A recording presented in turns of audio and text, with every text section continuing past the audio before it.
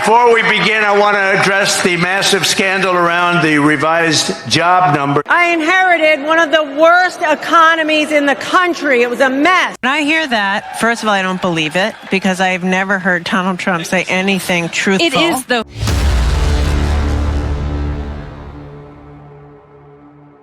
Welcome back to the DeVory Darkins Show. In this video, we're going to be talking about the United States Secretary of Commerce and her embarrassing response when she was being interviewed at the DNC. Now, facts first. Who is she? Gina Raimondo. She is the 40th United States Secretary of Commerce. And to make sure I get my facts straight, she served as the 75th governor of Rhode Island from 2015 to 2021. She was appointed by Joe Biden in January of 2021. And what is her purpose in life, right? The Secretary of Commerce strives to increase job opportunities and represents U.S. businesses within the president's cabinet and promotes business growth, foreign and domestic. And this is very important for you to know because when we get into these clips, you're going to be shaking your head with what happened. And so to know what happened first, let's play the story. The job growth has been far weaker in the U.S. than originally reported. That is according to new data just coming in this morning. Let's get right to CNN's Matt Egan. What's the headline, Matt? Jim, 818,000 fewer jobs were added during the period between April 2023 and March of this year. We were bracing for these revisions to come out and show that job growth was weaker, and that is what we got. This is probably on the high end of the expectations. Some of the forecasters had been saying probably around a few 100,000 jobs. Goldman Sachs had said maybe up to 1 million. So this is on the higher end. So what does this mean and why does it matter? Well, job numbers represents growth in the economy. So if we are not creating more jobs, then the economy is not necessarily growing. And so investors will probably pull their money out of the stock market. And the Democrats have been campaigning on this idea, I would say gaslighting Americans on this idea, that jobs are up. Economy is stronger than it's ever been. Inflation is down. That's what the Democrats have been running on, especially at the DNC. And of course, the other side of it is Republicans are saying, no, wait a minute. The economy is not what these Democrats are saying that it is. We've had record high inflation. Prices are up on everything and people are struggling. Why does it matter? Because if the Democrats are out there cooking the books and lying about the economy, then they're misleading not only everyday Americans, but also investors. And yes, this is in the wheelhouse of the Secretary of Commerce. But before we get to her, let's look at what former President Trump had to say about this. Before we begin, I want to address the massive scandal around the revised job numbers that were just announced this morning, a little while ago. Just before I came up, I got to see them. And it really isn't a revision. It's a total lie. Total lie. There's never been any revision like this. They wanted it to come out after the election, but somehow it got leaked. It got leaked. Government leaks too. The Harris-Biden administration has been caught fraudulently manipulating job statistics to hide the true extent of the economic ruin that they've inflicted on America. The new data from the Bureau of Labor Statistics shows that the administration padded the numbers with an extra, listen to this one, 818,000 jobs that don't exist. So they said they existed, and they never did exist. They built them up so that they could say what a wonderful job they're doing. No, we've never had numbers like this. Okay, so that is Trump being classic Trump. You know he's going to sell the message that the Democrats have been cooking the books, and that falls on the lap of Kamala Harris and Joe Biden. And so while they're over there trying to campaign on the fact that the economy is doing great and we're going to make it better, this is a huge blow to the campaign and Biden's historical legacy, right, that the Democrats want people to buy into. But here's the deal. You have two sides to this whole conversation right now. Actually, you have three sides. Side number one is the truth, which 818,000 jobs was not actually correct in the job numbers over the last 12 months, so they had to correct it. Side number two, which is the Democrats. We don't care what the number is. We're still going to go out there and say that everything is going great. And then side number three, which is the Republicans and President Trump. Hey, here we go again. The Democrats are lying to you. This is a problem. The economy's not doing as great as they say it is. So now that we know what the story is, we see the response from former President Trump.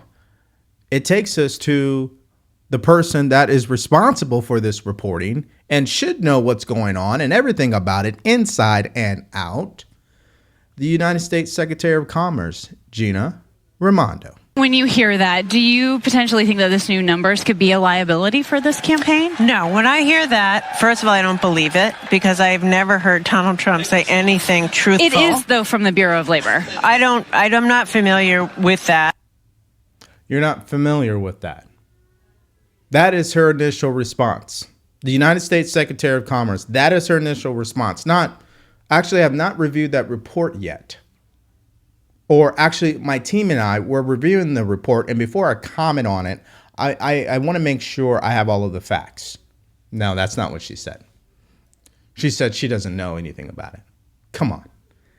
You're the Secretary of Commerce. The purpose of your job is to know about job opportunities, to know about the job growth. You're involved in that process. Of course she knows. But she's not going to go out there, especially at the DNC, and say anything damaging to the Kamala Harris campaign because understand something. She was appointed by Joe Biden. And this is more politics than it is facts, right? And so her response is just absolutely embarrassing, especially if you just want to know what the truth really is. And it's just not another good look for the Harris campaign. But don't worry, there's more. Everyday Americans are still feeling the pinch at the pump or in the grocery store, but that's exactly why Vice President Harris, as president, will focus on costs. I mean, at the center of her economic agenda is continuing to bring down costs, the cost of childcare, cost of groceries, cost of housing, so the everyday American can have a chance that they deserve. She was part of the reason why the costs became so high. So, of course, they can't explain that, right? She's not going to explain that. Listen, why does this matter? It matters because we're witnessing the historic gaslighting of the century, where the Democrats are not going to speak on truth. They're going to say whatever needs to be said to make sure President Trump does not make it back to the White House. Everything that they're doing is more about Trump than it is about everyday Americans. It's disappointing, actually. And so you just witness another gaslighting where, yeah, we know it's high, but Kamala Harris, she's going to bring it down, even though she caused it. Doesn't make any sense. But if you think that's crazy, listen to this. I inherited one of the worst economies in the country. It was a mess. But we got to work and we turned it around. We turned it around with a pro-business, pro-worker agenda. Kamala Harris has that same agenda. She knows we need an economy where the costs are low and opportunities abound. So the Democratic playbook is what? Say A, but do B, right? Kamala Harris knows exactly how to lower costs, even though her actions have shown she knows how to raise costs. And the just ridiculous lie, I inherited the worst economy.